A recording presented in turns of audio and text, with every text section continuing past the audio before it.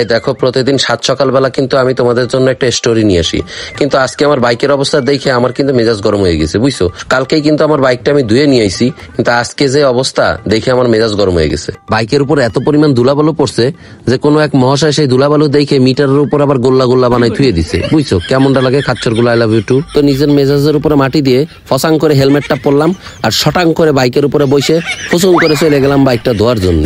কি আছে জীবনে, লেট না করে সাথে সাথে বাইকটা ওয়াশে দিয়ে দিছি। তো সে এমন ভাবে পানি মারতেছে যে চারপাশের রংধনু সৃষ্টি হয়ে গেছে। তো তাই দেখে আমি একটু ফোনটা বের করছি, একটা সুন্দর ভিডিও নেব। তো ওই যে প্রথম ভিডিওতে বলেছিলাম যে কিছু মানুষ আছে যে ভিডিও করা দেখলেই ফসাং করে মধ্যখানে চলে আসে আর ভিডিওটা নষ্ট করে দেয়। তো ওই যে নীল টি শার্ট পরা যে ব্যক্তিরা, তারা এতবার বললাম কিন্তু সে সরলই না, খাচ্চর গুলো, আই লাভ ইউ টু। তো এর মধ্যখানে আমার বাইকটাও সুন্দর করে ধোয়া হয়ে গেল আর আমি সুন্দর করে বাসার উদ্দেশ্যে চলে আসলাম। বাসায় আসার পরে বাইকটার দিকে তাকায় শুধু চিন্তা করতেছি কি যেন একটু মিসিং আছে, কি যেন মিসিং আছে, কোন জায়গায় মিসিং আছে সে তো খুঁজেই পাচ্ছি না। কেমনটা লাগে, মেজাজটা গরম হয়ে 100 হয়ে গেছে। ও পরে মনে পড়লো যে বাইকটা তো শাইনিং নেই, চকচকা করতেছে না। তো এর মধ্যখানে ফসাং করে কোত্থেকে যেন ফ্লেমিঙ্গোর একটা ড্যাশবোর্ড ক্লিনার চলে আসছে, সাথে একটা ফ্লেমিঙ্গোর কাপড়ও চলে আসছে, যেটা আমি স্প্রে করার পর সুন্দর ডইলে ডইলে মুছতেও পারবো। এই দেখো, ফ্লেমিঙ্গোর প্রোডাক্ট সম্পর্কে নতুন করে পরিচয় করানোর তো তোমাদের কিছু নেই, তাই না? কিন্তু ফসাং করে প্রোডাক্টটা কোন জায়গা দিয়ে চলে আসলো তা একটু পরে তোমাকেও আমি জানাচ্ছি। এর মধ্যখানে আমি একটু সুন্দর করে স্প্রে করে নি, কি আছে জীবনে, খাচ্চর গুলা, আই লাভ ইউ টু।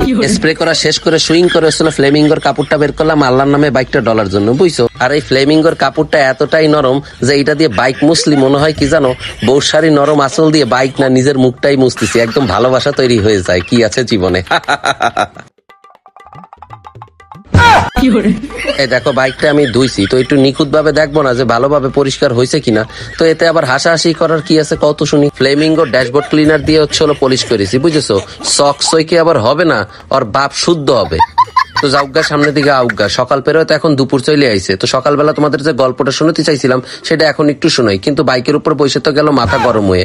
বাইকে একটু তেল নেই, এটা কিছু হইলো? সারা সকাল গেল বাইক ওয়াশ করতে করতে, আর এখন যাইতে হবে পাম্পে বাইক ঠেলতি ঠেলতি। তো আল্লাহর নাম নিয়ে বেরো গেছি, কারণ আমার বাইকে যতটুক তেল ছিল এরটুক দিয়ে পাম্পে যে আমি আবার তেল ভরতে পারবো। তো এই ফাঁকে চিন্তা করলাম রাস্তার আপডেটটা নিয়ে তোমাদের সাথে একটু আলোচনা করি, কি আছে জীবনে। সঠিক বলেছেন। আপডেটটা দেওয়া শুরু করবো, এর মধ্যখানে এই মহাশয় এমন ভাবে ফসাং করে ঢুকে গেল, আমার আত্মা মাত্রা কাঁপায় দিছে। তার মধ্যখানে এই রিক্সালা মামা এমন ভাবে ঢুকে গেছে, তো ভয়ের ঠেলা আমার তারে কতি মন চাইছে কি জানেন? What is the problem? দূরে থাকুন, দূরে থাকুন। তো চারপাশে যে পরিমাণ মানুষ ফসাং ফসাং করে ঢুকতেছে, তো ভয়ের ঠেলা আর বসুন্ধরাতে ভিডিও না করে সরাসরি চলে আইছি আমি 300 ফিটে। কিন্তু 300 ফিটে ওঠার সাথে সাথে আমার যা দেখলাম তা দেখে তো আমার শরীরে সবসময় সুরসুরি দিয়ে ওঠে। এই যে উল্টো পথে রিক্সাটা আসাই, 300 ফিটের এই জায়গাটা আসলে শুধু রিক্সা না, কিছু উল্টো মাথার বাইকার কেও দেখা যায় যারা শুধু উল্টোই আসতে পছন্দ করে। দেখো, একটার পর একটা উল্টো আসতেই আছে, মনে হচ্ছে কি জানো, এটা আমাদের বাপ দাদাদের রাস্তা। তো যাউগা, সামনে দিকে আউগা, ওকে কথা বাদ দিয়ে চলো আমরা গল্পতে চলে যাই। ও মাগো,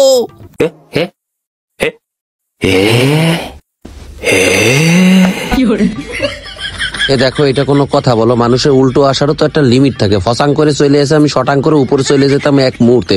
ওই দেখো, মাত্রই একটা গেল আর এর মধ্যে আরো একটা চলে আইছে, খাচ্চর কোন জায়গার, আই লাভ ইউ টু। বুঝতে পারছি আজকে আর আমি তোমাদের গল্প শুনতে পারবো না, কারণ এই এলাকায় আর 5 মিনিট থাকলে আমার মাথা যাবে আবার গরম হয়ে। ওই দেখো, বলতে না বলতে আরেকজন ইচিং বিচিং খেলতে খেলতে বাইকের সামনে চলে আইছে। আর এদিকে তো অটোওয়ালারা এমন ভাবে আসতেছে মনে হচ্ছে যে আমার বিয়ের বরযাত্রা নিয়ে যাচ্ছে, খাচ্চর গুলা কোন জায়গার। এ বাদ দাও, গল্প আরেকদিন শোনাবো না, বুঝছো? চলো পাম্পে। ওই দেখো, পাম্পে যাওয়ার আগে আরেকজন চলে আইছে ভক করে, কি করবো বলো?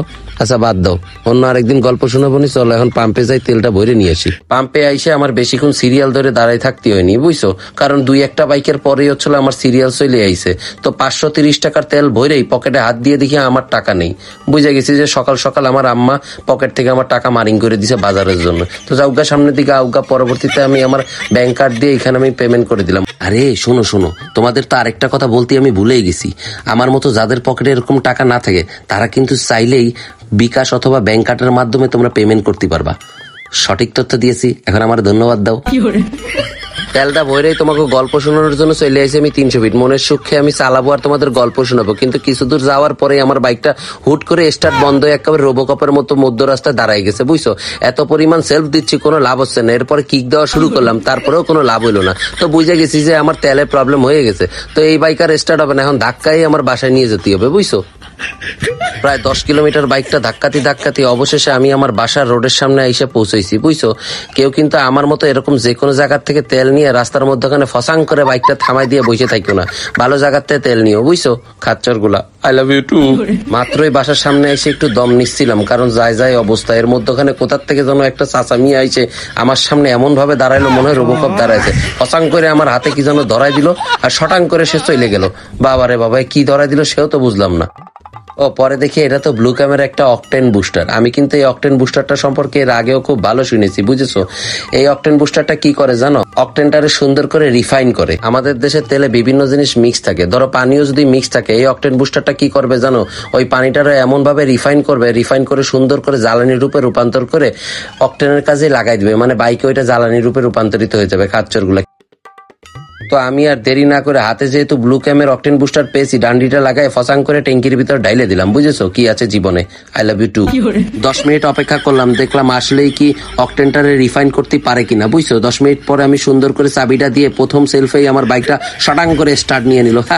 মনের ভিতরে যে কি আনন্দ লাগতেছিল যে আসলেই অকটেন বুস্টারটা খুব কাজের। আর থ্যাঙ্কস টু রানা এন্টারপ্রাইজ, কারণ বাংলাদেশে শুধুমাত্র রানা এন্টারপ্রাইজই এই ব্লু ক্যামের অকটেন বুস্টারটা নিয়ে আসে। আর ওই যে সকালবেলা বলেছিলাম তোমাকে যে ফ্লেমিঙ্গো যে আমাকে পাঠিয়েছে, কে পাঠিয়েছে জানো? এই রানা এন্টারপ্রাইজ থেকে আমাকে পাঠিয়েছে। তো এই দুইটা জিনিসই তারা আমাকে দিয়েছে গিফট হিসাবে। থ্যাংক ইউ সো মাচ তাদেরকে।